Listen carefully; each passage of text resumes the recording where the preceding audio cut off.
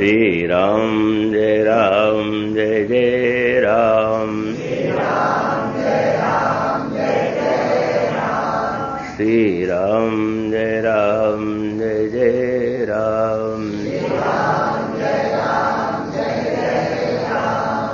बोलिए सियावर रामचंद्र महाराज की। ओम मंगलमूर्तये नमः। गणाधिपतये नमः। वर्णानामृतसंहानां रसानां छन्दसामपि मंगलानां च कर्तारो वन्दे वाणी विनायको। शान्तं शाश्वतमप्रमेयमनघं निर्वाणशान्तिप्रदं ब्रह्मा शम्भुफणीन्द्रसेव्यमनिशं वेदान्तवेद्यं विभुं रामाख्यं जगदीश्वरं सुरगुरुं मायामनुष्यं हरिं वन्देऽहं करुणाकरं रघुवरं भूपालचूडामणिं रक्ताम्भोजदलाभिरामनयनं पीताम्बरालङ्कृतं श्यामङ्गं द्विभुजं प्रसन्नवदनं श्रीसीतया शोभितं कारुण्यामृतसागरं प्रियगणैर्म्रत्रादिभिर्भावितं वन्दे विष्णुशिवादिसेव्यमनिशं भक्तेष्टसिद्धिप्रदं। कोशलेन्द्रपदकञ्जमञ्जुलौ कोमलावजमहेशवन्दितौ जानकीकरसरोजलालितौ चिन्तकस्य मनभृङ्गसंज्ञिनौ वन्दे विदेहतनया पदपुण्डरीकं कैशोरसौरभसमाहितयोगिचित्तं हन्तं प्रतापमनिशं मुनिहंससेव्यं सन्मानसालिपरिपीतपरागपुञ्जम् अतुलितबलधामं हेमशैलावदेहं दनुजबलकृशानुं ज्ञानिनामग्रगण्यं सकलगुणनिधानं वानराणामधीशं रघुपतिप्रियभक्तं वातजातं नमामि। यत्र यत्र रघुनाथकीर्तनं तत्र तत्र कृतमस्तकाञ्जलिं बाष्पवारि परिपूर्णलोचनं मारुतिं नमत राक्षसान्तकं। गरुडमहाज्ञानी गुणराशि हरिसेवकयति निकटनिवासी कुन्द इन्दुदर गौरसुन्दरं मम्बिकापतिमभीष्टसिद्धिदं कारुणैककलकञ्जलोचनं नौमि शङ्करमनङ्गमोचनं। सकलकलागुणधाम योग ज्ञान वैराग्यनिष्णतकल्पतरुणां वैशीविभूषितकरान्नवनीरदाभात् पीतम्बरादरुणबिम्बफलादरुष्टात् पूर्णन्दुसुन्दरमुखादरविन्दनेत्रात् कृष्णात् परं किमपि तत्त्वमहं न जाने। श्री गुरु चरण सरोज रज निज मन मुकुर सुधारि वरणो रघुवर विमल यश योदायक फलचारि।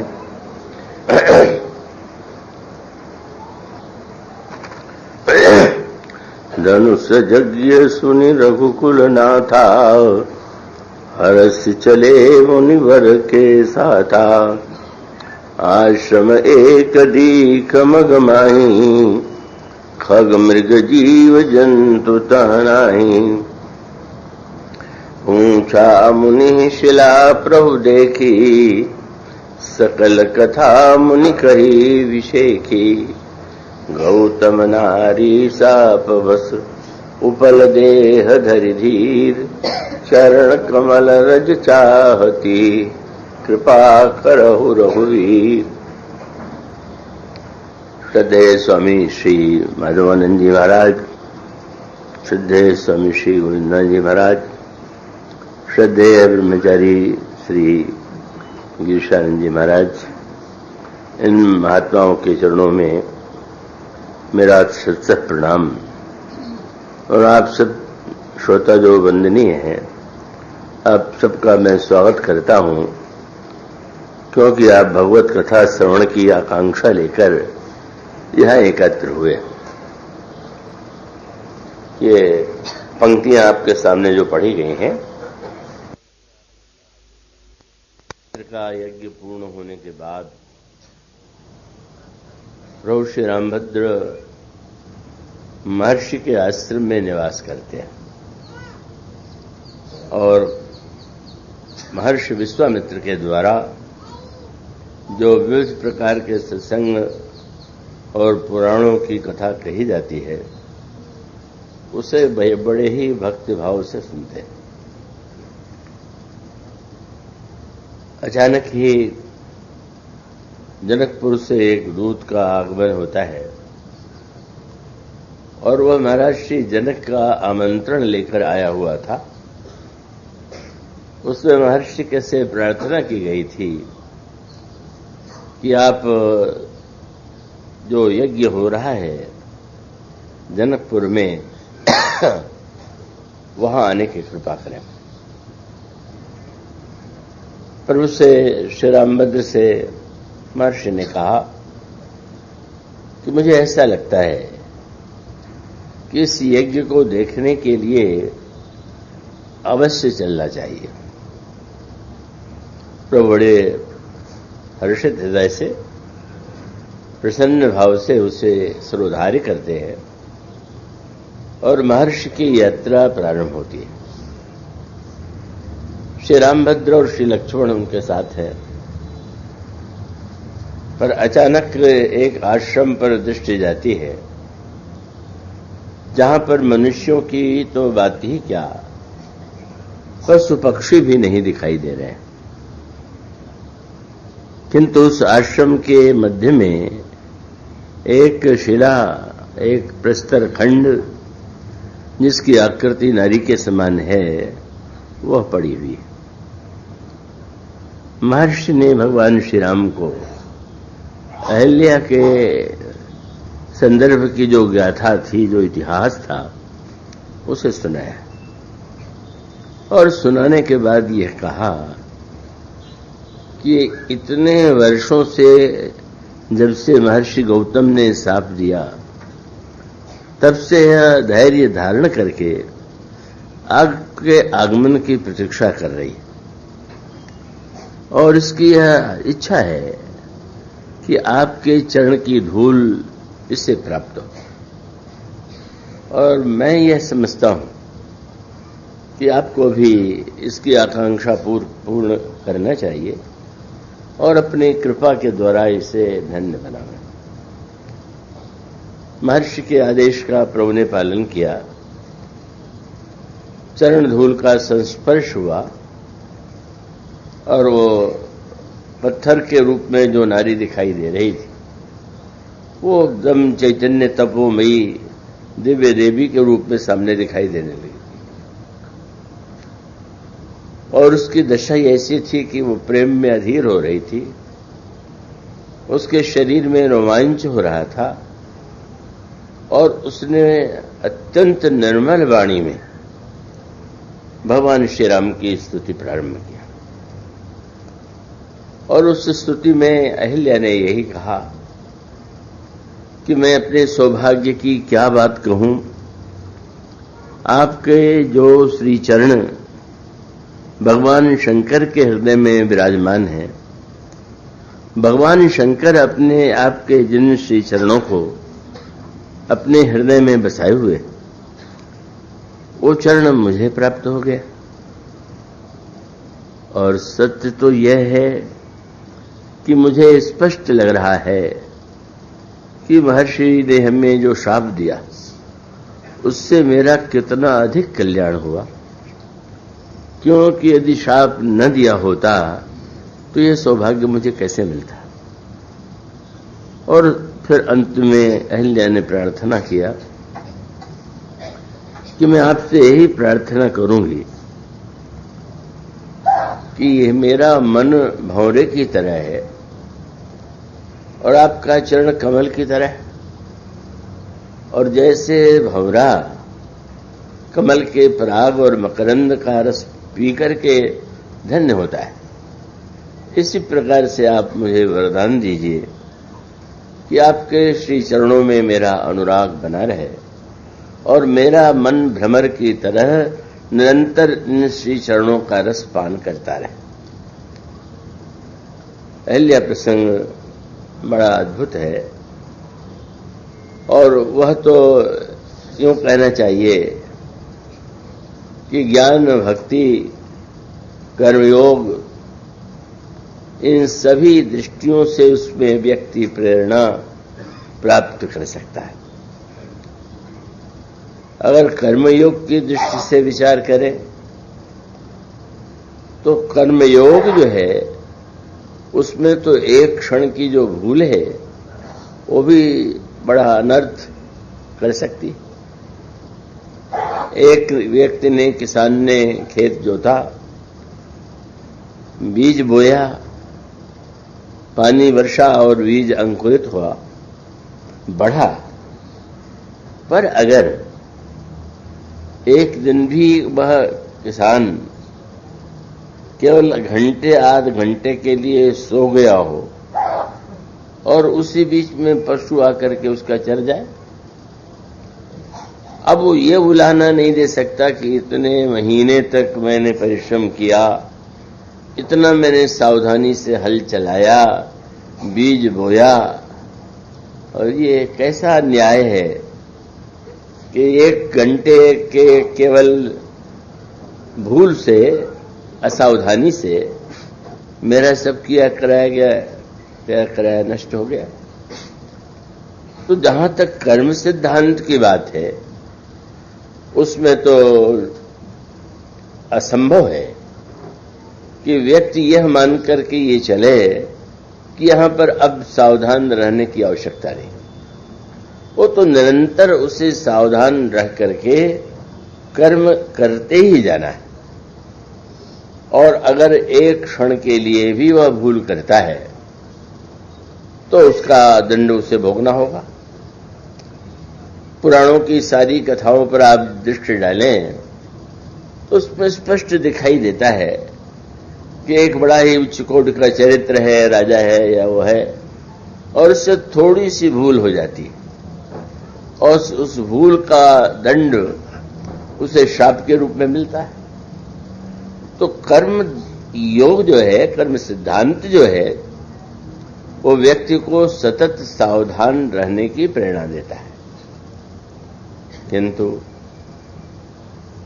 इसी क्रम में भक्ति योग का भी प्राकट्य या प्रादुर्भाव या आवश्यकता होती है और इसका अभिप्राय है कौन व्यक्ति ऐसा है जो यह दावा कर सके कि एक क्षण के लिए भी भूल उसके जीवन में नहीं होगी। यह असंभव है, क्योंकि जीव की जो प्रकृति है, वो जीव का जो लक्षण है, वो तो यही है कि हर्ष विषाद ज्ञान अज्ञाना, जीव धर्म अहिमित अभिमाना। अब जब यह कर्म की समस्या सामने आती है, गोस्वामी जी ने विनय पत्रिका में व्यंग्य किया कि हमारे शास्त्रों में और विशेष रूप से कर्म मूलक ग्रंथों में बहुत फल बताए। व्यंग्य की भाषा में उन्होंने कहा कि अगर किसी के सामने थाली रख दी जाए और जितने व्यंजन हैं सबका नाम ले लिया जाए तो व्यक्ति को ये लगेगा कि शायद अब इसके बाद परोसा जाएगा, लेकिन उसका वर्णन करने के बाद वहीं समाप्त हो जाए तो गोस्वामी जी ने व्यंग्य में कहा कि लिखा तो बहुत कुछ है पर सोई जानी है, पाई है कर्म फल, भरी भरी वेद परोस तो बहुत दिया गया लेकिन अब मिले तब न पता चला कि सचमुच इसका परिणाम यह है। तो कर्म के द्वारा व्यक्ति को भोग प्राप्त होते हैं, संसार के पदार्थ प्राप्त होते हैं, स्वर्ग प्राप्त होता है, वो कर्म की महिमा। लेकिन कर्म करने वाला कितना भी सावधान क्यों न हो, अब मृग का दृष्टांत पढ़ करके आश्चर्य होता है कि उसके क्या भूल थी, किंतु एक भूल के लिए भी यह दंड उसको मिला कि तुम गिरगिट हो जाओ। और ऐसी एक नहीं अनेक कथाएं। अब इस कर्म की जो जटिलता है और उससे मुक्ति पाने का उपाय क्या है, तो कर्म की जटिलता से मुक्ति पाने का उपाय ज्ञान के माध्यम से भी दिया गया और भक्ति के माध्यम से भी दिया गया। और तब वह सूत्र संक्षेप में यही है कि जब तक जीवन में हम कर्तृत्व को स्वीकार करते हुए मैंने ऐसा किया, यह वृत्ति बनी हुई है, तब तक उसके परिणाम से हम मुक्त नहीं हो सकते। लेकिन अगर हमारे जीवन में कर्तृत्व न रह करके निमित्तत्व की भावना आ जाए, भगवद गीता का तो स्वरूप यही है ना। भगवान अर्जुन को उपदेश देते हुए जब विराट रूप का दर्शन कराते हैं तो भगवान ने कि उस विराट रूप में अर्जुन ने यह देखा कि जितने योद्धा हैं सब के सब मरे हुए पड़े। तो अब तो निश्चिंतता हो जानी चाहिए कि अब युद्ध नहीं करना होगा, ये तो सब इनकी मृत्यु हो गई। पर भगवान ने कहा ये जो मरे हुए दिखाई दे रहे हैं तुम्हें अपनी दृष्टि से नहीं दिखाई दे रहे, क्योंकि विराट रूप के पहले भगवान ने अर्जुन को दृष्टि दी, तो ये तो मेरी दी हुई दृष्टि से तुम्हें ऐसा दिखाई दे रहा। और जब इस दृष्टि से तुम अलग हो जाओगे तो ये सारे योद्धा सामने खड़े दिखाई देंगे, तो महाराज लाभ क्या हुआ? ये सब के सब मरे पड़े हैं का भगवान कहते हैं नेत्र खोलोगे तो लड़ना भी पड़ेगा। रामायण में उसको दूसरे ढंग से कहा गया, भगवान राम ने बाली के वध की प्रतिज्ञा किया कि एक ही बाण से मैं बाली का वध करूंगा, और फिर कहा कि सुग्रीव तुम लड़ने जाओ। तो सुग्रीव ने कहा कि प्रभु ये तो बड़ी विचित्र बात है, आप मुझे लड़ने का आदेश क्यों दे रहे हैं जब आप कह चुके कि एक ही बाण से वध करेंगे। तो भगवान ने बड़ी मीठी बात कही कि लड़ोगे तो तुम ही लड़ोगे तुम, और फल दूंगा मैं।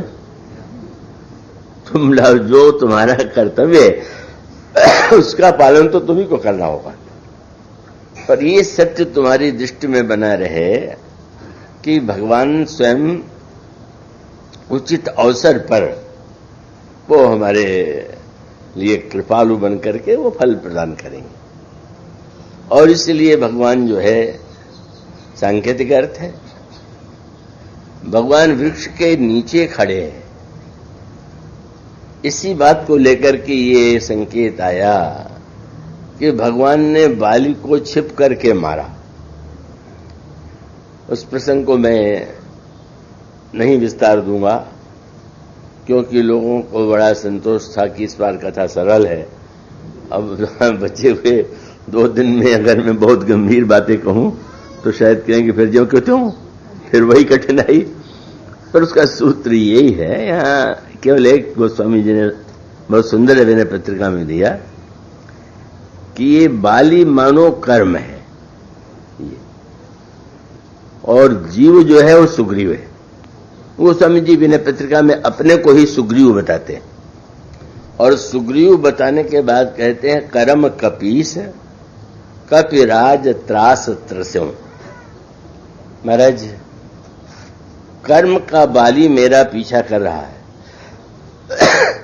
जब यह मेरे अनुकूल था तो कितना वैभव प्राप्त था, भोग प्राप्त थे, लेकिन उसने सब छीन लिया, और छीन ही नहीं लिया, मेरे पीछे पीछे भाग रहा है। तो यही कर्म सिद्धांत है। आपका कर्म, आपका प्रारब्ध आपके अनुकूल हो तो सब कुछ मिल जाएगा, पर छीनने में भी देर नहीं है। तो फिर ऐसी स्थिति में तो भागते भागते अंत में ऋषमुख पर्वत पर उसे एक स्थान मिलता है कि जहां जाकर के उसे पता चला कि बाल यहां नहीं आ सकता। तो मानो जहां पर ऋषि और सत्संग है वहां पर कर्म का प्रवेश नहीं, पर कर्म का प्रवेश न होने पर भी कर्म का भय तो बना हुआ है। यहां सापवश आवत नहीं, तदपि सभीत रहूं मन माही। उसका अभिप्राय है कि उस ऋषमुख पर्वत से उतरे कि बाली ने पकड़ा। अब ऋषमुख पर्वत तो सत्संग है। अब आप लोग 1-2 घंटे सत्संग करेंगे, पर 24 घंटे पूरे दिन नहीं सत्संग करते हुए प्रेमपुरी में तो समय नहीं बितावेंगे। तो फिर ये तो चिंता लगेगी ही, होना स्वाभाविक है कि बाली तो कहीं यही होगा। अब यहां आप सत्संग में हैं, भगवत कथा श्रवण कर रहे हैं, तो अब उसमें तो काल की स्थिति नहीं है, क्योंकि उस समय आप जब सुन रहे हैं तो श्रवण और सत्संग की कसौटी क्या है कि देश और काल की विस्मृति हो जाए। इसका अभिप्राय यह है कि अगर यह ध्यान बना रहे कि मैं मुंबई में बैठा हुआ हूं, तो इसका अभिप्राय कि पूरी तरह से व्यक्ति सत्संग में बैठा हुआ नहीं, क्योंकि उसको याद आ रहा है और याद आने के साथ फिर का जो कार्य है उनका भी ध्यान कि अभी यही करना बाकी। और इसी प्रकार से सत्संग में आकर के व्यक्ति को काल का भान नहीं रहना चाहिए, कितना समय हुआ। तो इसलिए अनोखी बात है ना, लोग समय को बड़ा महत्व देते हैं, कहते हैं समय ही सबसे महत्वपूर्ण है, काल ही सबसे महत्वपूर्ण है। पर कथा में भी समय ही अगर महत्वपूर्ण रहा तो आने से लाभ क्या हुआ? उसका अभिप्राय कि हर मिनट आप घड़ी देखते रहें कि अभी कितने देर कथा चलेगी, तो आपको क्या आनंद की अनुभूति होगी। उस समय तो आपको रस और आनंद की अनुभूति तब होगी जब काल की विस्मृति हो जाए। देश काल तहना है। तो स्वामी जी विनय पत्रिका में भक्ति की व्याख्या करते हुए कहते हैं कि वह स्थिति भक्ति में आ जाती है कि जब हर्ष शोक और देश काल तहना है, न हर्ष है, न शोक है, न देश है, न काल है। तो सत्संग में जब काल की स्मृति नहीं है, वो रामायण में उसको दूसरे दृष्टि से बताया गया ना, मैं कहना भूल गया कि एकाग्र रहिएगा, वो तो परम आवश्यक था। नारद जी को दक्ष ने साफ दिया था कि 2 घड़ी से अधिक तुम कहीं नहीं रहोगे, क्योंकि जहां जाते हो अपने सत्संग से घर के लड़कों को साधु बना देते हो, और बना देते हो तो अधिक समय रहोगे तो और तुम्हारे साथ, इसलिए साफ देते हैं कि तुम्हें 2 घड़ी से अधिक कहीं नहीं रहोगे। पर कितनी सुंदर बात कही गई। नारद जी साप के कारण निरंतर भ्रमण ही करते रहते हैं, रुक सकते नहीं। पर एक प्रसंग ऐसा आया कि जहां पर वो हजारों वर्ष तक बैठ गए हिमालय की उपत्यका में। कैसे बैठ गए? क्या शाप झूठा होगा क्या? तो शाप तो सर्वत्र था, लेकिन वहां क्यों शाप नहीं लगा? अगर उनके पास घड़ी होती और याद होता तो जरूर शाप लग जाता, लग जाता 2 घड़ी। लेकिन अब वो तो काल विस्मृत है, तो काल की विस्मृति हो गई तो शाप कहां जाए? शाप तो काल के लिए ही प्रतीक्षा करेगा ना कि भाई अब 2 घड़ी हो जाए तो इनको यहां से हटावे भगावे। तो वस्तुतः वो स्वामी जी ने जो शब्द कहा, ये सब रामायण के गंभीर और रहस्यपूर्ण प्रसंग है। क्या बोले? सुमिरत हरि ही काल गति गाधी। जब काल की स्मृति ही नहीं है तो ऐसी स्थिति में काल कैसे प्रवेश करेगा?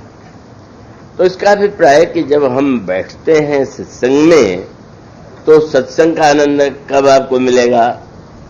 क्या उस प्रसंग में जिस देश का वर्णन है, चाहे वो अयोध्या हो, चित्रकूट हो या भगवान के अन्य लीला धाम हो, तो उस समय आपको जिस समय अपने शरीर के काल या जो स्थान है का वो भूल जाए और समय भूल जाए, तो परिणाम ये होगा कि देश काल की विस्मृति हो गई, तो वहां पर तो कर्म का प्रवेश ही नहीं, बाली का प्रवेश नहीं, कर्म बाली है। लेकिन फिर बात अंत में दिखाई भी देता है कि कथा अगर थोड़ी लंबी चल जाए और गंभीर हो जाए तो कई बार लोग घड़ी देखने लग जाते हैं और कभी कभी सोचते हैं अभी कितने देर कथा चलोगी, कभी कभी कहते हैं कि आज कितनी लंबी कथा हुई, और कभी कभी आपको लगता है कि आज कितनी कम कथा हुई। तो ये मानो काल का जो समृत है, काल की जो स्मृति है और देश की स्मृति से ही हम भगवान से दूर हैं। और जिस समय हम देश में बैठे हुए हैं, अयोध्या में, चित्रकूट में, और उस समय हम काल की स्मृति, इसलिए रामायण में समय का महत्व तो है, काल किसी को क्षमा नहीं करता।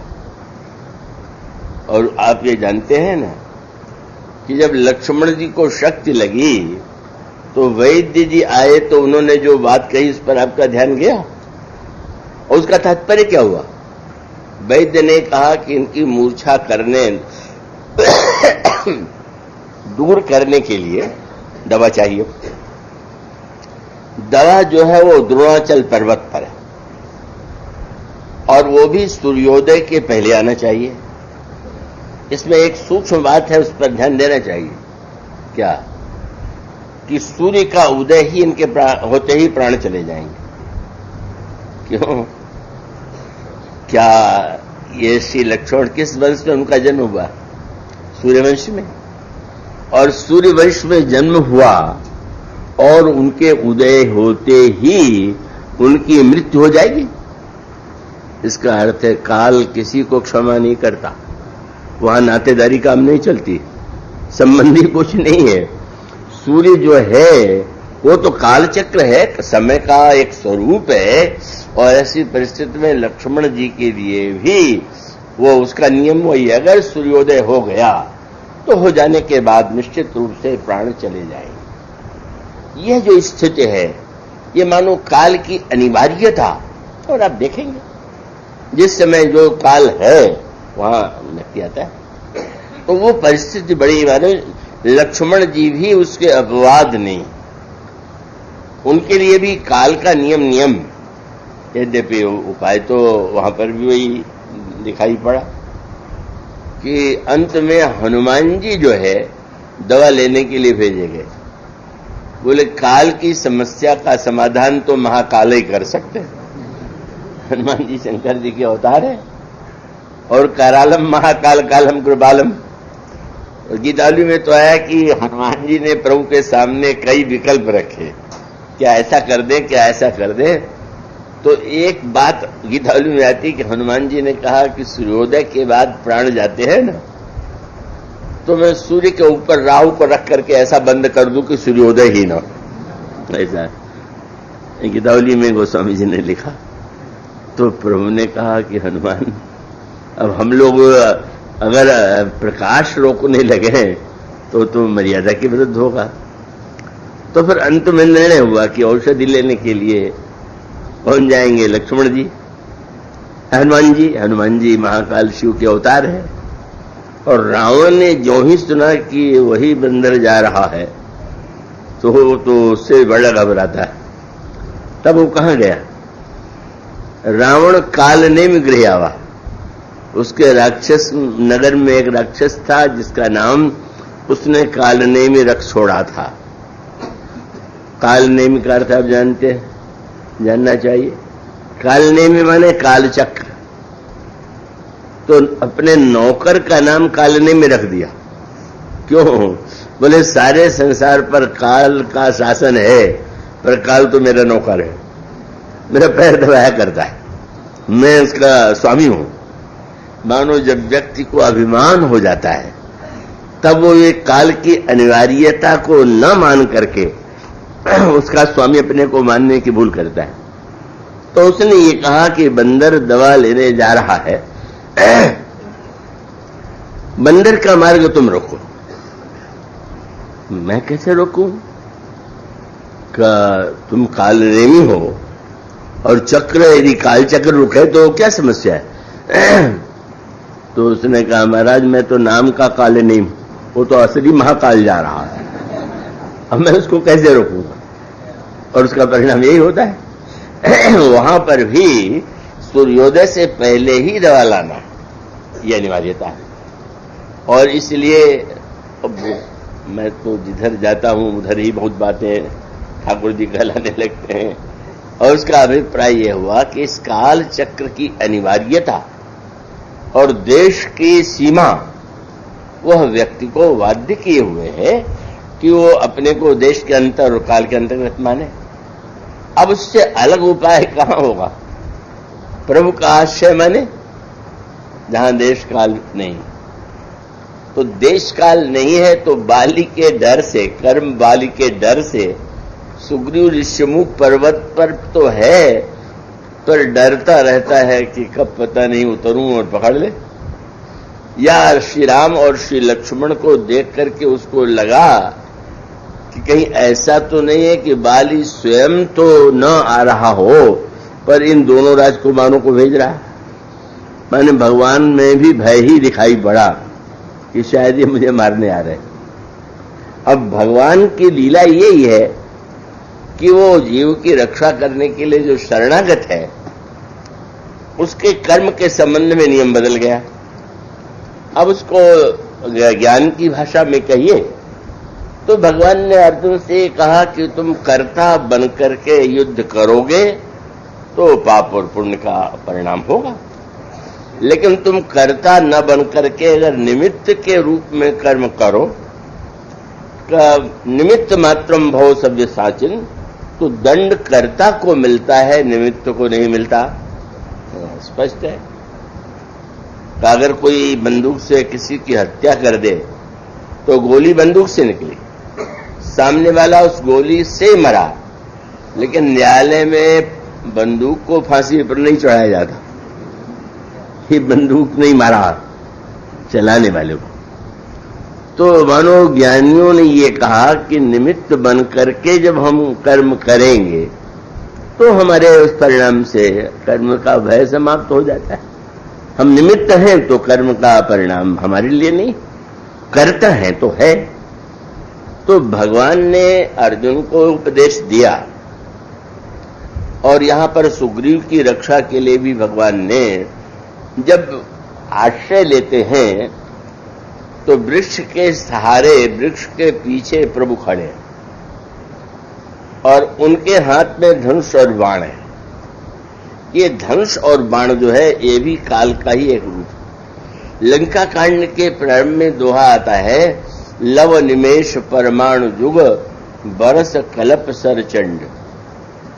ये जो समय का विभाजन है, 1 घंटा हुआ, दिन बीत गया, रात बीत गई, महीना बीत गया, वर्ष बीत गया, यही भगवान के बाण है। और ये जब पढ़ते हैं आप कि भगवान का बाण जाने के बाद लौट आता है तो बहुत बढ़िया बात है। आज मंगलवार है और अगली बार फिर मंगलवार लौट के आने वाला है। भगवान का ये जो समय है वो बाण है और बाण लौट लौट के उनके पास आता है। यह काल की पुनरावृत्ति चलती रहती है। अब जब भगवान सुग्रीव की रक्षा करते हैं तो सुग्रीव की रक्षा करने के लिए कवे मानो जब यह वर्णन आया कि वृक्ष की आड़ में छिपे हुए हैं, तब गोस्वामी जी काल का दूसरा यह रूप बताते हैं। कर्म जो है वही मानो वृक्ष है और कर्म के वृक्ष के पीछे भगवान बाली पर प्रहार करते हैं। तो उसका अभिप्राय यह हुआ कि भगवान जो है शरणागत की रक्षा करने के लिए, और जब शरणागत में पूर्ण समर्पण की भावना आ जाती है तो फिर उसके पश्चात प्रभु कर्म को का पीछे करके स्वयं उसको उसकी रक्षा करते हैं और वो सुग्रीव की रक्षा उन्होंने किया। तो इसका अभिप्राय है कि कर्म सिद्धांत तो कर्म के बड़े ऊंचे फलों का वर्णन करता है, लेकिन वो इतना कठिन है कि उसके लिए रामायण में शब्द कहा गया, कठिन कर्म फल जान विधाता। कितना क्या फल कैसे भोगना पड़ता है, इसका गणित तो ब्रह्मा के पास है। तो वेदांत ने ये कहा कि आप कर्तृत्व से मुक्त हो जाइए, तो कर्म के परंपरा से आप स्वयं मुक्त हो जाएंगे। पर भक्त शास्त्र में अब थोड़ी मीठी बातें करें, थोड़ा जिससे इस प्रसंग में मानो अहिल्या जो है वो स्वयं अपने आप को ज्ञान योग और कर्म योग के लिए नहीं, भक्त के माध्यम से शरणागति के लिए प्रस्तुत है। और इसका अभिप्राय यह हुआ कि या तो भगवान की शरण में जब व्यक्ति चला गया, तो अब भगवान की शरण में चला गया तो वहां देश भी नहीं है और काल भी नहीं है और न्याय भी नहीं। भगवान की दृष्टि जो है, जैसे उसका वर्णन किया गया, ऐसी स्थिति में अहिल्या के रूप में फिर वही सूत्र सामने आता है।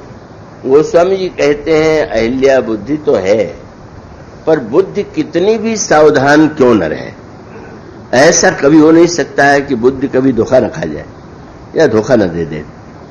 तब फिर अंत में उसका उपाय यही है कि भगवान के चरणों का आश्रय लें, भक्ति योग का आश्रय लें।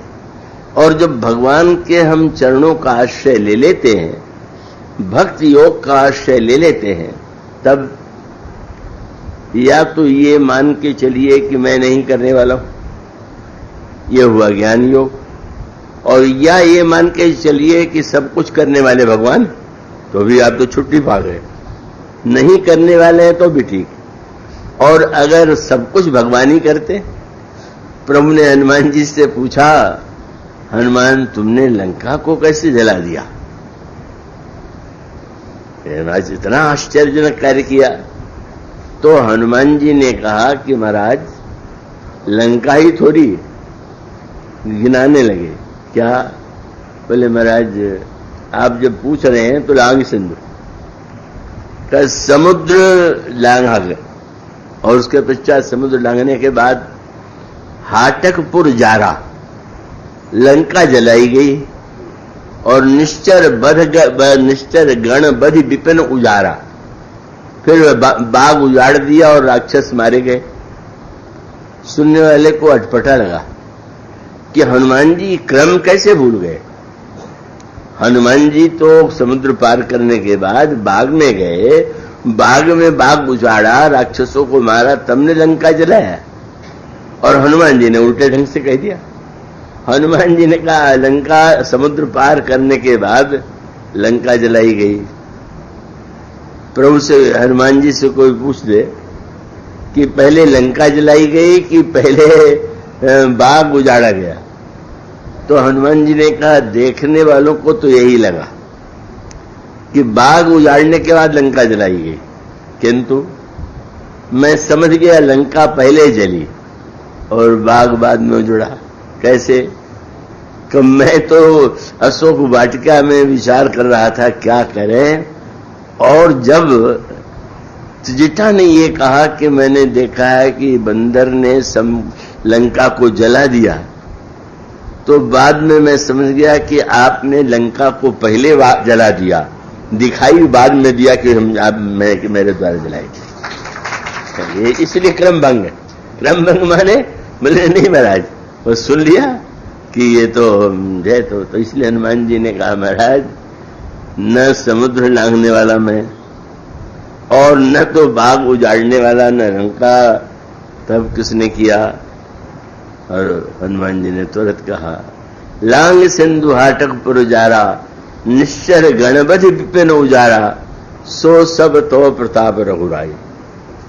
आपका प्रताप, प्रशंसा कीजिए तो प्रताप की, और अगर वो कोई पाप हुआ हो तो फिर वो तो आपका प्रताप ही जाने कि उसका परिणाम क्या होता है और किसे भोगना चाहिए। तो मानो इसलिए ये भक्ति योग जो है वो व्यक्ति को बहुत बड़ा आश्वासन देता है कि हम कितने भी सावधान होकर के कार्य करेंगे, तो कोई न कोई त्रुटि तो रह जाएगी। और इसीलिए आपने देखा भी होगा कि जब पूजन यज्ञ होता है तो पूजन यज्ञ के बाद फिर अंत में जो श्लोक आचार्य और विद्वान बोलते हैं, यही तो बोलते हैं कि महाराज इस यज्ञ में तो अनेक अनेक उच्चारण में त्रुटि हुई होगी, का जो विधि है उसमें त्रुटि हुई होगी, तो इसके लिए तो वही स्मरण करता है कि मैं आपके नाम का स्मरण करता हूं जिसके द्वारा ये कमियां दूर होती। इसलिए अंततो गत्वा ज्ञान योग जो विचारक हैं, जिनके अंतःकरण में उस सत्य का साक्षात्कार हो रहा है कि ये कर्तृत्व कल्पित है, या तो वो कर्मफल से मुक्त है, और या जो भक्त स्वयं अपने आप को इस समय जो अहिल्या की स्थिति है उन तो कर्मयोग के, क्योंकि कर्मयोग का कर्म का तो दंड भोगी रही, इतने दिन तक पतिदेव की सेवा किया उसका पुरस्कार नहीं, एक भूल हो गई तो महादंड मिल गया। तो कर्मयोग का परिणाम तो कर्म को उसने देखा ही कि उसका परिणाम क्या होता है, और उसको ये लगा कि अब मैं ज्ञान योग क्या हो, कि जब वो पत्थर बन गई तो पत्थर को ज्ञान होगा क्या। और इसलिए बड़ी मीठी बात गोस्वामी जी ने किया कि अहिल्या ने जब भगवान की स्तुति किया तो भगवान का एक नाम लिया। तो अलग अलग प्रसंगों में भगवान के अनेक नाम हैं, तो अहिल्या ने भगवान की जब स्तुति किया तो प्रभु का कौन सा नाम उन्होंने लिया। गोस्वामी जी कहते हैं अहिल्या के मुंह से निकला कि रावण रिपु जन सुखदाई, हे रावण के शत्रु आप जन को सुख देते हैं। एक विद्वान लेखक ने लिखा कि तुलसीदास जी बहुत बड़े विद्वान महाकवि थे, लेकिन रावण रिपु कह करके उन्होंने भूल किया। क्यों? अभी तो भगवान राम का कोई रावण से परिचय भी नहीं हुआ, रावण से युद्ध भी नहीं हो रहा है। तो ऐसी स्थिति में इस समय कोई और नाम अगर अहिल्या भगवान का ले तो ठीक है, पर रावण रिपु कहे तो ये तो साहित्य की दृष्टि से दोष। और तब जो बात आई वो कितनी सुंदर है, रावण रिपु कह करके कितनी बड़ी बात कह दी गई। अहिल्या ने रावण रिपु क्यों कहा? का एक वह दशा थी कि जब अहिल्या ने इंद्र को नहीं पहचान पाई, इंद्र गौतम का वेश बना करके आया तो दृष्टि धोखा खा गई, और भगवान के चरण स्पर्श से दृष्टि इतनी पवित्र हो गई कि दूर जो युद्ध होने वाला वो भी दिखाई देने लगा। रावण रिपु जन सुखदाई, रावण से युद्ध होगा, रावण का विनाश करेंगे, और इसका अर्थ यह है कि ये जो वस्तुतः व्यक्ति की दृष्टि है कितनी भी उत्कृष्ट क्यों न हो, वो भ्रमित होती है, और भ्रमित होकर के अधर्म को धर्म मान लेती है, अब विषय के भोगों का ही समर्थन करती है। इसलिए मानो अंततो गत्वा भक्ति योग की सर्वश्रेष्ठता, भक्ति योग कैसे बढ़कर के और कुछ का। भगवान ने भी पूछा कि भाई तुम यही क्यों तुमने डेरा डाल दिया है। तो उन्होंने कहा महाराज आपको छोड़ करके अगर किसी को भरोसा मिले तो 2 ही 3 कारण हो सकते हैं। बिना पत्र का भरोसो आई है उरता के, कैसे? पर जो कहूं लहो स्वामी सो साहिब, आप जैसा कोई स्वामी मिल गया होगा तो ठीक है, आप जैसा स्वामी और दूसरा स्वामी मिल गया तो स्वाभाविक रूप से चला गया तो उसमें आश्चर्य नहीं है। और या जो चले जाते हैं वो कौन है? चले जाने की बात मुझे स्मरण आती है, जब महाराज श्री के सानिध्य में मैं वृंदावन में रह रहा था तो उस समय और अब में तो बहुत अंतर पड़ता ही गया, और सब पड़ता ही है। तो मैं गया तो उस समय तक रामायण प्रवचन का कार्य प्रभु ने लेना प्रारंभ किया था। अब वो जब रामायण प्रवचन तो वहां के भक्त बड़े व्यंग विनोद करते रहते थे, और वो चुटकी भी लेते थे। वो ये कहते थे कि अरे अयोध्या को छोड़ के अंत में वृंदावन ही तो आना पड़ा। तो मैंने कहा, अब महाराज जी तो बड़े विनोदी स्वभाव के भी थे। वहां पर एक साधु रहते थे जिनका नाम था सीताराम बाबा, वैष्णव बैरागी थे। राम मंत्र की दीक्षा लिया और जप करते थे, भक्ति थी।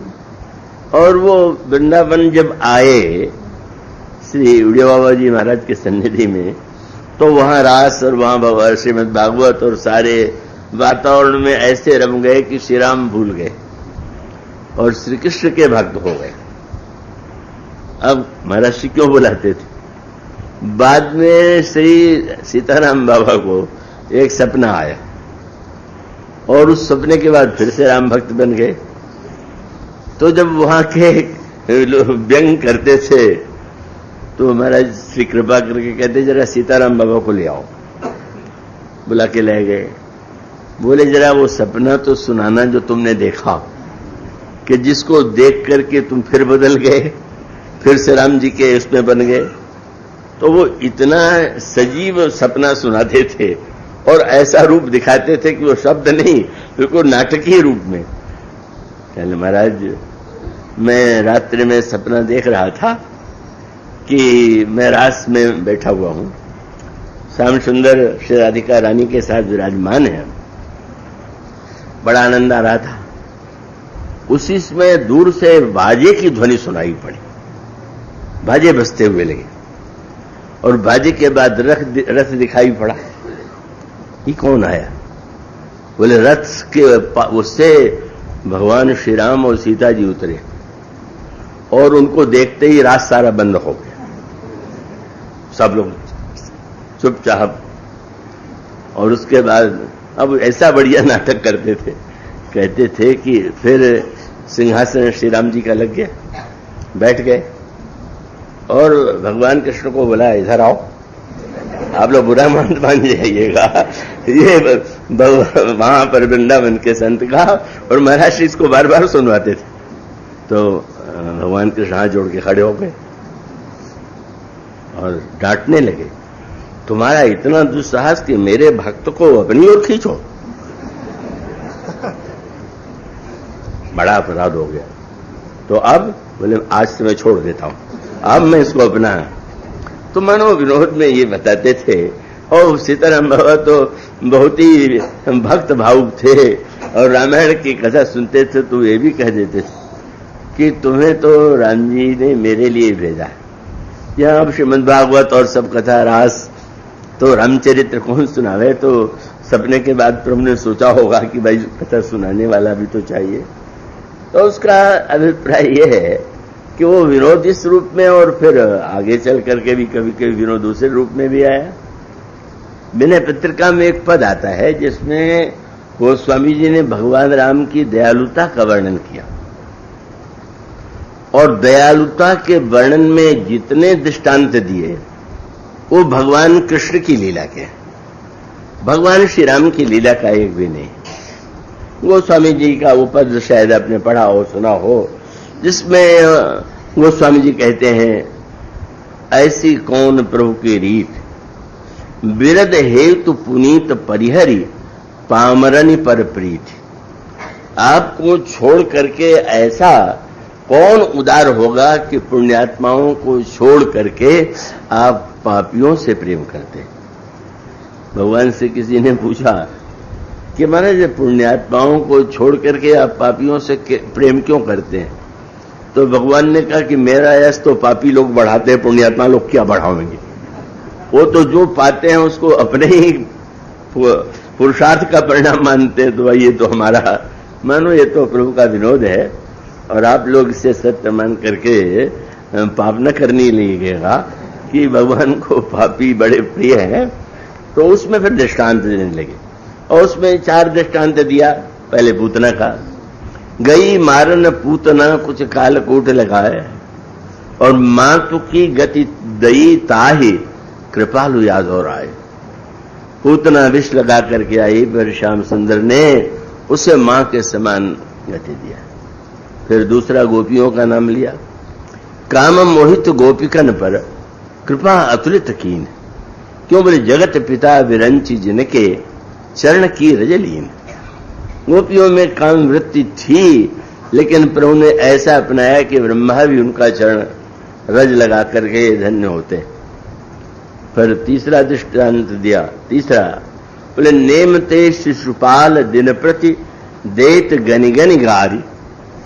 शिशुपाल ने नियम बना लिया था कि 100 गाली नित्य देंगे, क्योंकि ये पता चल गया था कि उसकी मां को श्याम सुंदर ने यह वरदान दे दिया था कि 100 गाली तक उसको हम क्षमा करेंगे, पर 100 की सीमा इसने लगा तो दंड अवश्य देंगे। तो अब कोई चिंता नहीं है, तो नित्य 100 गाली। और गोस्वामी जी के नियम था कि सवेरे उठ करके श्री कृष्ण को 100 गाली देना। उसकी उपासना ऐसी विचित्र थी। बोले नेम ते शिशुपाल दिन प्रति देत गनि गनि गारी और कियऊ लीन सो आप में। प्रभु राज्यसभा में झारी। प्रभु ने भरी सभा में उस शिशुपाल को अपने में लीन कर लिया। श्याम सुंदर से पूछा किसी ने, बोले इतने दिन तक लीन नहीं किया था, आज क्या हो गया? बोले जब तक नेम था तब तक मैंने हृदय से नहीं लगाया, अब नेम छोड़ के प्रेम में चला गया तो मिले ना स्वाभाविक। नियम तोड़ दिया 100 का, अब 101 तो ये।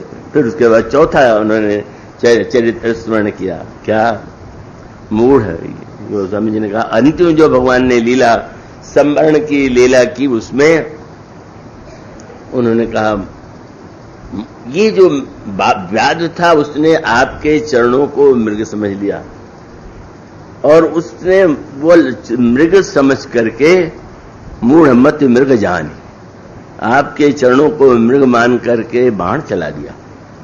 लेकिन आप धन्य हैं कि केवल लीन आपने ऐसे व्याध को भी अपना धाम दे दिया। सो सदेह स्वलोक पठई प्रकट करे निजवानी। तो व्यंग में उन्होंने कहा कि गोस्वामी जी को राम में वो कोई दृष्टांत नहीं मिला होगा, इसलिए उधार लेना पड़ा सारे श्री कृष्ण से। अगर कोई दृष्टांत होता तो राम जी का दृष्टांत देते कि वो कृष्ण लीला के दृष्टांत देते। तो मैंने कहा कि आपने प्रारंभ से पढ़ा, पर अंत में जो शब्द है उसको भूल गए। इस पद का अंत कहां से हुआ? बस गोस्वामी ने प्रारंभ किया, प्रभु जो है ऐसी कौन प्रभु की रीति, और अंतिम वाक्य क्या है? गोस्वामी जी ने 3 शब्दों की व्याख्या विनय पत्रिका में की है, रीति, बानी और बड़ाई। राउर रीति, सुबानी, बड़ाई। तो रीति का अभिप्राय जैसे कोई मर्यादा है, परंपरा है, उसका पालन करना रीति है। और बड़प्पन यह है कि दूसरे को भी सम्मान देना। पर बानी का अर्थ क्या हुआ? बानी के पीछे कोई तर्क या बुद्धिमत्ता नहीं होती।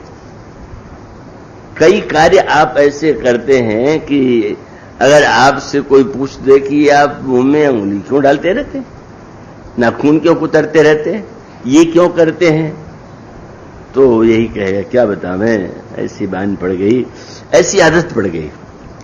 तो गोस्वामी जी कहते हैं प्रभु का जो स्वरूप है उसमें तीनों है, रीति भी है और बानी भी है और बड़ाई भी है। अब गोस्वामी जी का अभिप्राय क्या था? प्रकट करी निज बान। और अगला पद और जोड़ लीजिए, तो अगले पद में गोस्वामी जी ने भगवान राम के चरित्र का स्मरण किया। क्या कहना चाहते थे? आदत कैसी पड़ जाती है कि राम रूप में जो आदत पड़ गई वो कृष्ण रूप में भी नहीं छूटी। ये भगवान राम के आदत का परिणाम है, कृष्ण की विशेषता नहीं। बुरा न मान जाएंगे, कृष्ण भक्त बहुत है, हमारे भागवताचार्य बैठे हुए हैं, पर गोस्वामी जी भक्तों का जो अपना पक्षपात होता है, बोले प्रकट कर निज बानी। कैसे देखो कैसी बानी है, एक जन्म तक ही बानी बनी रहे, पर यहां तो कभी बानी बदली नहीं। त्रेता युग में पड़ गई, द्वापर युग में वही बानी चली जा रही। तो गोस्वामी जी अभिप्राय है, और ये मानना कोई बुरा नहीं है। अगर द्वेष बुद्धि न हो और हृदय में खंडन की वृत्ति न हो तो ऐसा पक्षपात जो है वो तो होनी चाहिए, क्योंकि इस पक्षपात के बिना रस कैसे आवेगा। आप कहीं खेल देखने जाएं और खेल देखने जाएं और आपका किसी दल के प्रति पक्षपात न हो तो आपको आनंद ही नहीं आएगा। मुझे स्मरण आता है जब मैं पहली बार यहां बम्बई आया तो एक सज्जन ने मुझसे कहा, आपने यहां का रेस नहीं देखा, चलिए आपको रेस दिखला दें। अब वो रेस में ले गए मुझे और ले जाने के बाद मैं देखता रहा, कैसा लगा। मैंने कहा मुझे तो बिल्कुल आनंद नहीं आया। तो उन्होंने बताया इसलिए आनंद नहीं आया कि आप किसी घोड़े से अपने को तो जोड़ा नहीं आपने। अगर घोड़े से जोड़ा होता तो जीतने पर प्रसन्न होते, हारने पर दुखी होते। तो इसका अर्थ है कि रस के लिए कहीं न कहीं आपको खेल देखने जाए तो दो में से एक दल के प्रति आपका पक्षपात होता है, और अगर आप किसी कार्य में करें तो इसलिए भगवान ने उपदेश देते हुए कहा भक्ति में तो पक्षपात होना स्वाभाविक है। लेकिन प्रभु ने सावधान कर दिया, बोले पक्षपात होना चाहिए पर दुष्टता नहीं। भगति पक्ष हठ नहीं सठताई, दुष्ट तर्क सब दूरी बहाई। प्रभु के उपासना में भक्त का अपना पक्षपात तो होता ही है, पर उसके बाद भी दुष्टता माने हम आनंद विनोद के लिए कुछ ऐसी बातें करें तो और बात है, पर सचमुच हम विरोधी बन जाएं, हम निंदक बन जाएं, तो उसका अभिप्राय है कि फिर वो भक्ति न रह करके विद्वेष और अभिमान की वृत्ति बन गई। तो गोस्वामी जी का तो ऐसा मानना है कि हमारे श्री राम के समान संसार में तो कोई क्या कोई अवतार भी उतना दयालु नहीं हुआ। गोस्वामी जी ने विनय पत्रिका में कहा, मैं फिर प्रार्थना करूंगा कृष्ण भक्तों से कि आप बुरा नहीं मानिएगा। उन्होंने कहा क्या है? वो उन्होंने कहा भगवान ने हरि और अवतार आपने किन्हीं का उन्होंने और अवतारों में भी किया तो, पर लय चिवरा निज दई सुदामही यद्यपि बाल मिताई। सुदामा से मित्रता की बड़ी बात किया, पर जीवन बेचारा भीख मांगता रहा, कुछ नहीं किया। पहले इतना दे देते कि भीख मांगना पड़ा, और उसके बाद भी पहले ले लिया, क्या लाए हो मेरे लिए? बोले ले करके दे रहे हैं, इतने बड़े अवतार होते हुए भी। ये केवल भक्तों के रस लेने की पद्धति है, इसके द्वारा वो आनंदित होते हैं, इस तरह की बात कह करके प्रसन्न होते हैं। तो गोस्वामी जी, और यही आप रामायण के अंत में पाएंगे, खगवसुंडी जी ने कहा, उनकी जो अंतिम वाक्य है, उन्होंने कहा अस स्वभाव कहूं सुनो न देखूं, कहीं खगेश रघुपति सम लेखूं। ऐसा स्वभाव न तो कभी देखने को मिला और न सुनने को मिला। हम अपने प्रभु श्री राम की तुलना में किसको देखें? तो मानो गोस्वामी जी की अपनी किसी ने कह दिया भगवान कृष्ण तो 16 कला के अवतार हैं, श्री राम तो 12 कला के।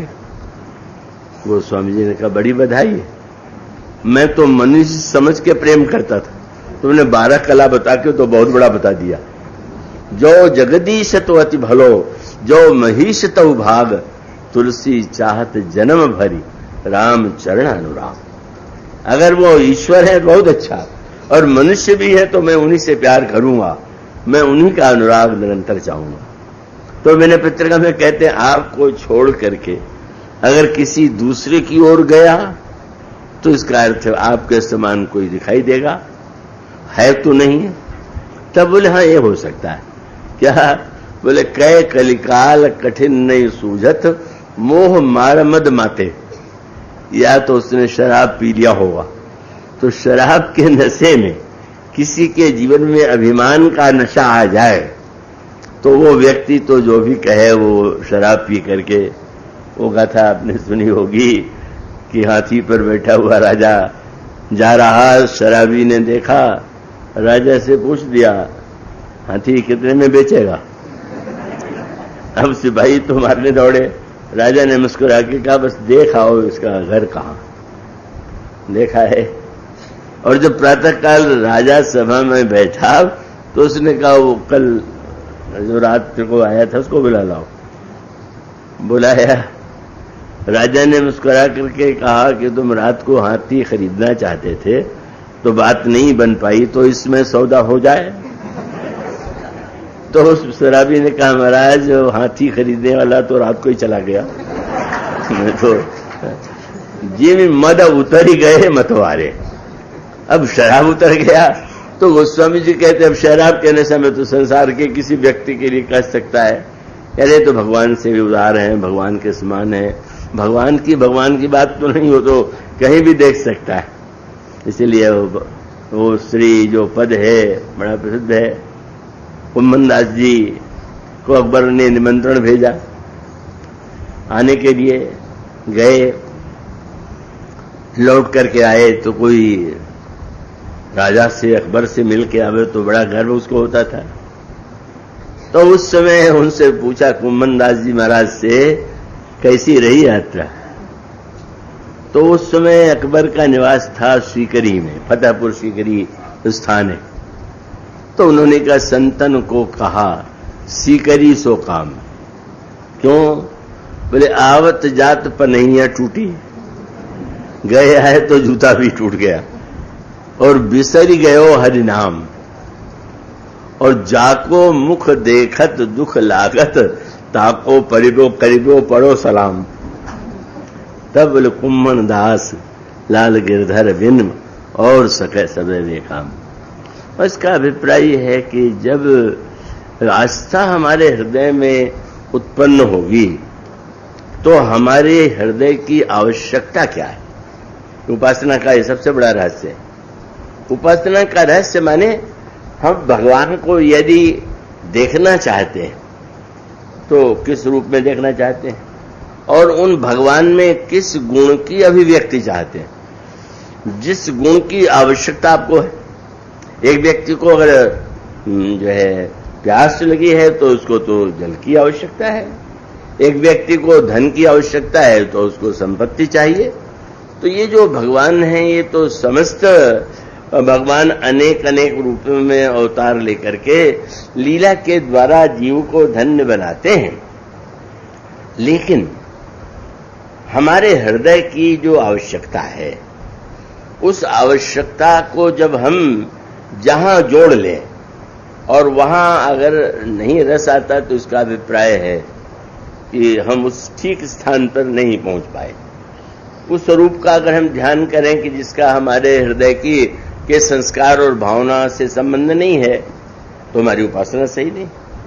इसलिए भगवान के ये अनगिनत अनंत गुण है और अनंत गुण में जिस गुण की आपको आवश्यकता है, बस ये निर्णय करना आपका कार्य है या गुरुदेव का कार्य है कि वो बतावे कि तुम्हें भगवान के इस रूप की आराधना करना चाहिए। भगवान शंकर जब आए रावण के वध के बाद एकांत में प्रभु से मिले तो अन्य सबने तो वरदान मांगा, लेकिन शंकर जी ने स्तुति तो किया और वरदान मांगा नहीं। तो मुस्कुराए। तो शंकर जी तो देने में भी प्रसिद्ध है और मांगने में भी प्रसिद्ध है, न उनके समान कोई देने वाला और न मांगने वाला। तो भगवान शंकर ने जब नहीं मांगा तो आश्चर्य हुआ। भीख मांगे भाव खाई कहते हैं, यहाँ तो श्री राम जी हैं, उनसे क्यों नहीं मांगा। शंकर जी की उपासना का रहस्य क्या है? बोले महाराज आवश्यकता तो है पर अभी नहीं मांगूंगा। कब मांगिएगा? बोले नाथ जब ही कौशलपुरी होई ही तिलक तुम्हार, कृपा सिंधु में आऊब देखन चरित उदार। अब आपको इस रूप में देख करके तो देने ही चाहिए, बलकल पहने हुए हैं, बैठे हुए हैं। अब इस समय आपसे मांगना तो बड़ा, लेकिन आऊंगा जब आपका और शब्द जोड़ दिया तब मैं देखूंगा कि आप कितने उदार हैं। जिसको मांगना है उसको उदारता गुण चाहिए, जिसको संकट से रक्षा चाहिए उसको वीरता गुण चाहिए, जिसको विपत्ति में कोई शांत अंतःकरण चाहिए तो धीरता चाहिए। तो प्रभु में तो अनगिनत गुण हैं, अनंत गुण हैं, और उस अनंत गुण में जब व्यक्ति सही गुण को स्वीकार कर लेता है और उसका स्मरण करता है तो उसको तुरंत जो है। तो अहिल्या को और क्या चाहिए? तो उसको भगवान शंकर ने बताया। क्या? बोले महाराज इसका कल्याण जो है ज्ञान योग। पत्थर को क्या इसको ज्ञान का उपदेश दिया जाए? कर्म के लिए इतने दिन सेवा करने पर एक दिन की भूल के लिए इतना बड़ा दंड मिल गया। तो इसको चेतन करने का उपाय तो एक ही है। क्या? कि आप कर्म तो इसको तो देखने बैठे नहीं, आप इसमें न्यायाधीश नहीं है, और आप इसमें उपदेश देने की मुद्रा में भी नहीं। तो यह तो चरण रज चाहती। कितना सुंदर भाव। ये चरण रज क्यों चाहती है? चरण ही नहीं, चरण रज। ये रामायण भर में तो चरण रज को लेकर के इतनी मीठी बातें लिखी गई हैं। केवट ने जब भगवान से ये कहा कि मैंने सुना है कि आपके चरणों में कोई ऐसी दवा है जो पत्थर को नारी बना देता है, तो प्रभु ने मुस्कुरा करके पूछा, यहां तो कोई पत्थर है नहीं। बोले महाराज पत्थर को जब आप नारी बना सकते हैं तो मेरी नौका की क्या होगी? पत्थर डुबोने वाला कठोर, नाव पार करने वाली और कोमल, और कोमल के साथ साथ जल में रहते रहते और कोमल हो गई। कोमल थे पाहन थे, यह जो नौका है कोमल है, जल खा ही रहा है। क्या चाहते हो? आपका चरण, आप अगर आपको जाने की आवश्यकता है तो आपको कहना होगा, और आप जब कहेंगे तो मैं आपका चरण धो लूंगा। धो करके पद कमल धोई चढ़ाई नाव। तो भगवान ने हंस कहा, मेरे चरणों में जब इतना विलक्षण चमत्कार है तो धोने से क्या होगा? बोले चमत्कार चरणों में नहीं हो तो धूल में। धो लूंगा तो धूल तो उसको मैं ले लूंगा, चरण तो कुछ नहीं। इसलिए जब व्यंग में श्री राम कोहबर में आए तो सखियां व्यंग विनोद करने लगी। तो एक सखी ने कहा कि जनकपुर में इतने राजकुमार आए पर इससे बढ़ के घमंडी कोई नहीं आया। तो श्री राम तो संकोची हैं, शील से भरे हुए हैं, पर व्यंग किया बड़ा घमंडी राजकुमार है। क्यों? बोले अगर घमंडी न होता तो हम लोगों को और तो देखता कि हम कोई बैठे हुए हैं, ये तो अपने में मगन हो रहा। इसलिए पहले तो ये कहा कि यहां घमंड मत करना। क्यों? बोले गर्व करहु रघुनंदन जन मन माए। उठाइए, और हम लोगों को न भी देखना चाहिए तो देखो आपन मूरत सी की छाया, जरा सीता की छाया से मिला लीजिए। और उस समय प्रभु तो कभी मुस्कुरा करके बोलते नहीं हैं, चुप रहते हैं, हंसे। लक्ष्मण जी से नहीं कहा। लक्ष्मण जी ने कहा कि क्या हमारे प्रभु में दिव्य शक्ति नहीं? जिन्होंने अहिल्या का उद्धार किया, जिन्होंने पत्थर का नौका, जिन्होंने शिव धनुष तोड़ करके आप लोगों की पीड़ा दूर किया, प्रभु अभिमानी तो नहीं है, पर अभिमान करने तो उन्हें अधिकार है। तो सखी ने कहा, अच्छा क्या समझते हैं कि इनके चरणों का प्रताप है? चरण का नहीं हो तो रज का प्रताप। और जब तक अयोध्या में थे एक भी पत्थर का उद्धार किया? का ये तो जनकपुर के मार्ग की धूल का चमत्कार है कि उसके द्वारा जड़ चेतन हो जाता है। उसका अभिप्राय है कि भगवान जब भक्ति पथ को स्वीकार करें तो भक्ति पथ की ही ये विलक्षणता है कि वहां चेतना का संचार होता है। और उसमें सूत्र बहुत सुंदर है। अहिल्या में विनम्रता क्यों है? रज क्यों चाहती है? उसका कारण यह कि संसार में सबसे तुच्छ कौन, सबसे नीचा कौन? तो रामायण में कह दिया गया कि बस लातों मारे चढ़त सिर नीच को धूरी समान। धूल से बढ़ करके कोई नीच नहीं। और दूसरे प्रसंग में भी कहा गया, अगर आप पर कोई प्रहार कर दे, लात मार दे, तो कितना बड़ा अपमान लगेगा, लेकिन धूल बेचारी है, उसकी क्या दशा है? बोले रजब मग परी निरादर सहाई। बेचारी धूल पड़ी हुई है सड़क पर, और जो आ रहा है वही पैर पटक दे रहा। सब कर पद प्रहार नित्य सहाई। वो धूल नित्य सब लोग आते हैं और पैर पटक देते हैं। अहिल्या का अभिप्राय क्या था? बोला मैं भी तो अपमानिता हूं, मैं तो उस धूल के समान हूं कि जो सबसे अपमानित होती है। और जब पति ने छोड़ दिया, पशु पक्षियों ने छोड़ दिया, लेकिन मैं कुछ भी हूं, रज कितनी भी अपवित्र क्यों न हो, पर आपके चरणों का स्पर्श पाते ही इतनी वंदनीय हो जाती है कि आपके चरणों का रज उठा करके मुंह भी वंदना करते हैं। इस रज रूपा अहिल्या को जब आपके चरणों का स्पर्श मिलेगा तो अपमान के स्थान पर वो चेतना आ जाएगी। रज इसलिए चाहिए कि मैं तो तुच्छ हूं, मैं तो हीन हूं, लेकिन इतना होते हुए भी जैसे रज गुरु या भगवान की स्पर्श से इतनी महद हो जाती है कि रज की वंदना करते हैं, हर रूप में वंदना करते हैं। तो मैं तो और कुछ नहीं मांग सकती, मैं तो यही कह सकती हूं कि आप कृपा करके चरण कमल रज चाहती। शब्द कितना सुंदर चुना कि चरण नहीं रज का, अन्यत्र तो धूल धूल है, पर आप कमल को खोलें तो उसमें भी एक पीली धूल दिखाई देगी, और तब उसका नाम धूल नहीं रह जाएगा, तब उसका नाम हो जाएगा पराग। जब तक भगवान का आश्रय नहीं है तब तक धूल अपमानित होने की स्थिति में, पर जब प्रभु के चरण कमल में जाए तो पराग बनकर के धन्य हो जाती है। ऐसी अहिल्या की गाथा अब कल तो समाप्त करनी होगा, लाचारी समय की सीमा है और ये आनंद कथा है, तो आज इतना ही। कल इसके बाद